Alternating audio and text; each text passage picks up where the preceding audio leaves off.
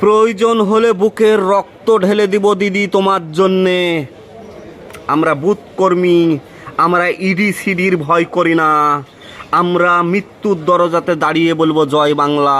তোমার জন্য সব সময় লড়াই করব। এবার 26-এ টিএমসি ভোট পেয়েছে টোটাল 2,60,00,000। 84টা এমএলএ 84টা ভোটের মালিক। 2,60,00,000 ভোটের মালিক না। তারা তাদের আখের গুছিয়েছে, তাদের আজ বাংলো বাড়ি, তাদের সয় সম্পত্তি এই সব লুকানোর জন্যে ওয়াশিং মেশিনে ঢুকে যাচ্ছে। কিন্তু আমরা তোমার জন্যে আছি সব সময়। তাই তোমার কাছে অনুরোধ জোড়হাত করে বলছি, রেজিনগর উপনির্বাচন আছে, তুমি ওখান থেকে প্রার্থী হয়ে যাও।